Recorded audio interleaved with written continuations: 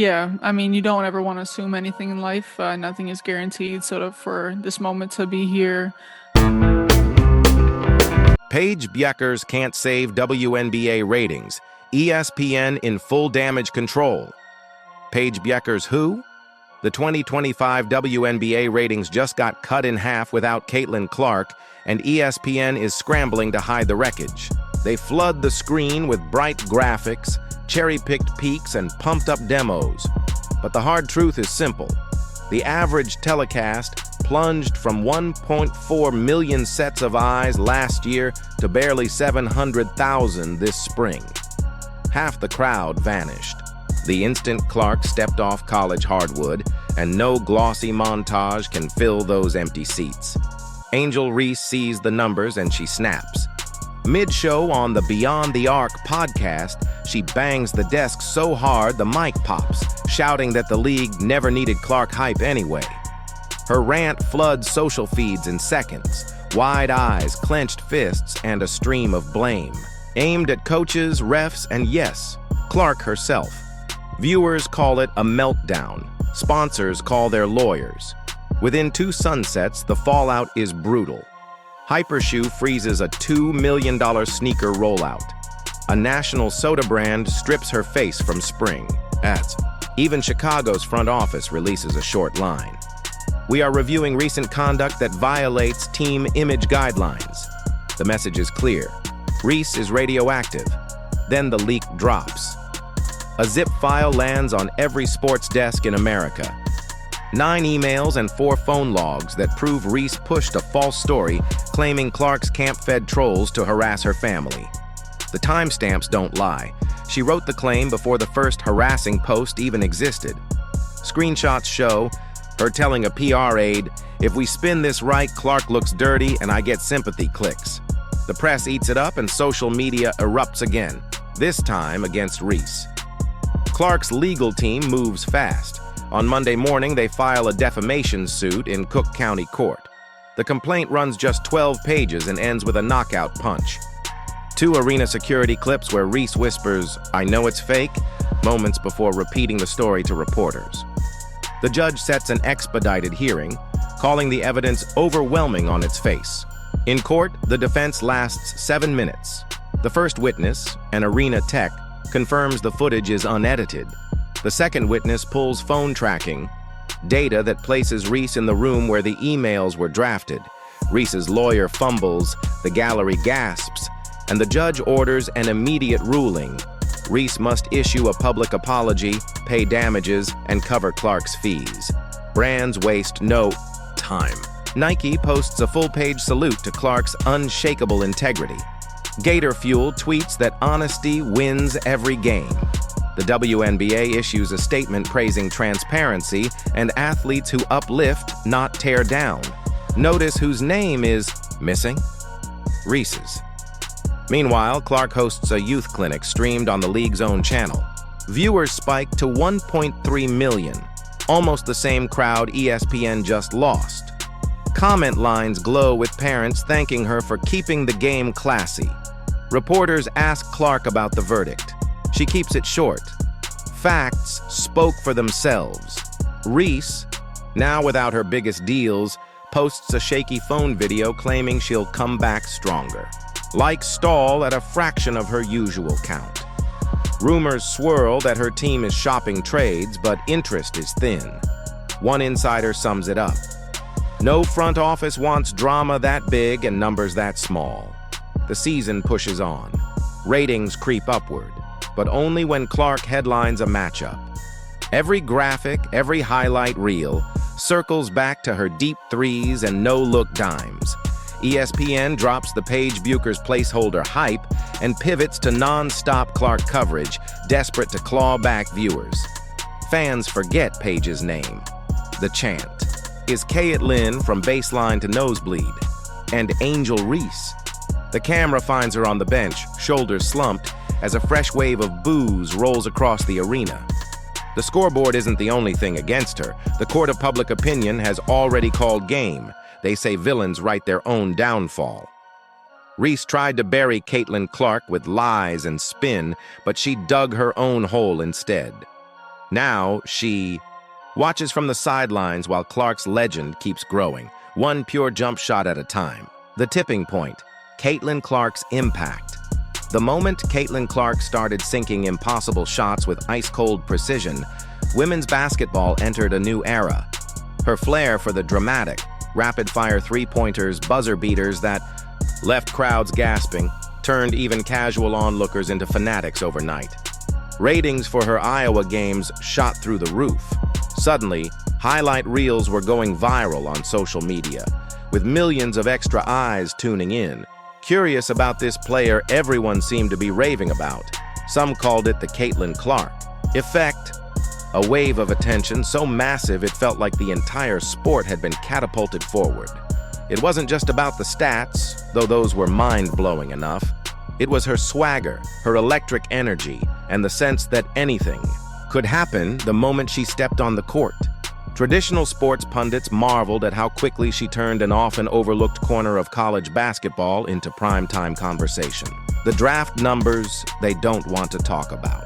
Not long ago, the WNBA draft was hailed as a record-setting extravaganza. Headlines declared it a smash hit, with ESPN lauding lofty viewership totals. You might have seen tweets celebrating the second highest ratings ever. If you took that at face value, it sounded like an unstoppable rocket bound for the stars. But a closer look revealed a glaring omission.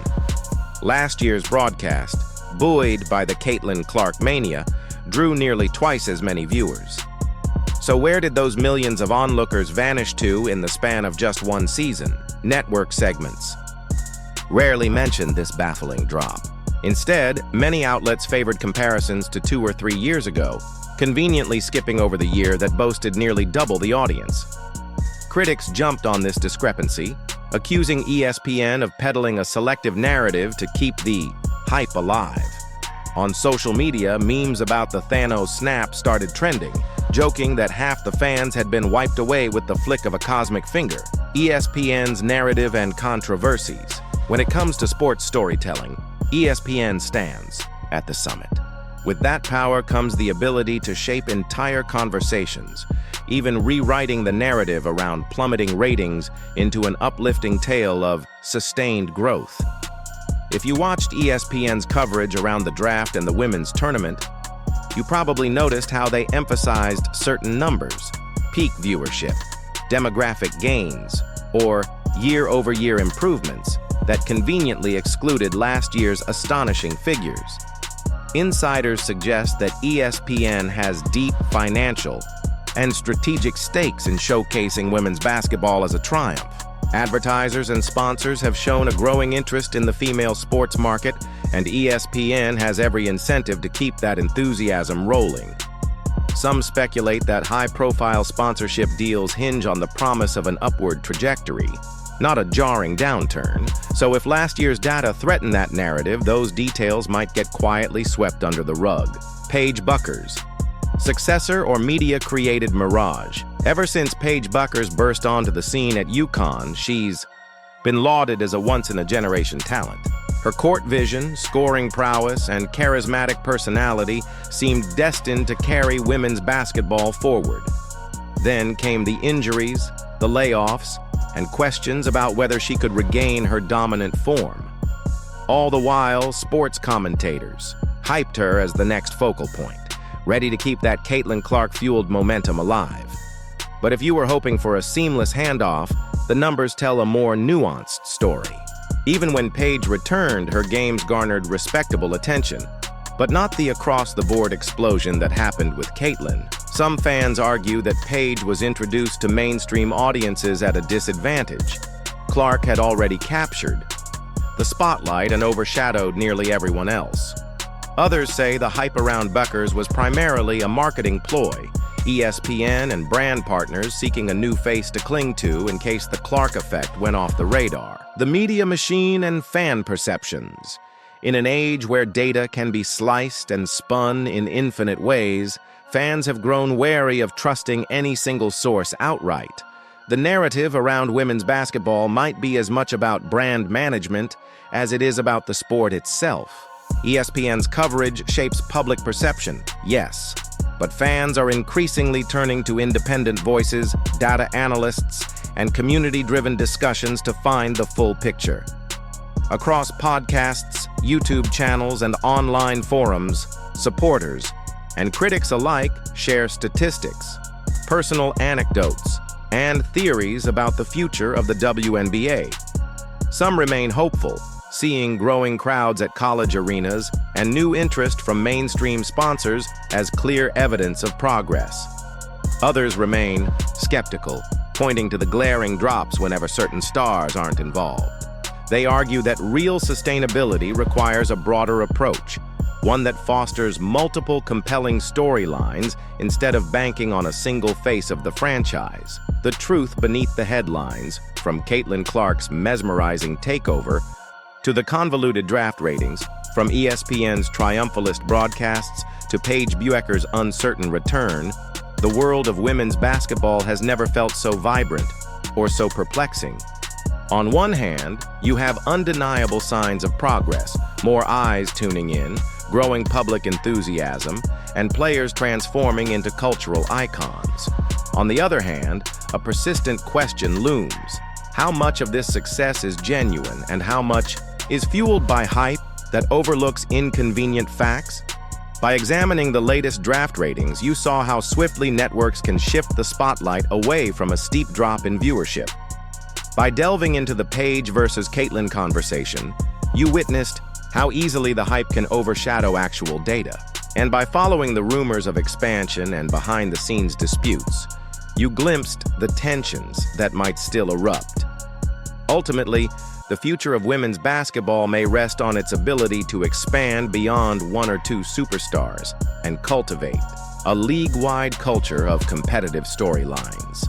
Will the WNBA and its partners succeed in making the entire league a must-watch spectacle rather than a fleeting curiosity tied to particular players? Or will hype spikes continue to overshadow deeper structural changes, leaving fans and sponsors perpetually chasing the next big headline? One thing's for sure, the narrative is still being written. Each new season brings a fresh batch of rising stars and potential game changers. Each new controversy tempts the networks to spin or conceal facts. And every fan who sits down to watch a game has the power to question what they're being told. So the next time you see an article boasting about record ratings, consider the stats they're not showing. Because in the ever-evolving landscape of women's basketball, the real story might lie in what's left unsaid. Stay curious, stay skeptical, and keep your eyes on the court. You never know which player or which piece of missing data might rewrite the headlines all over again.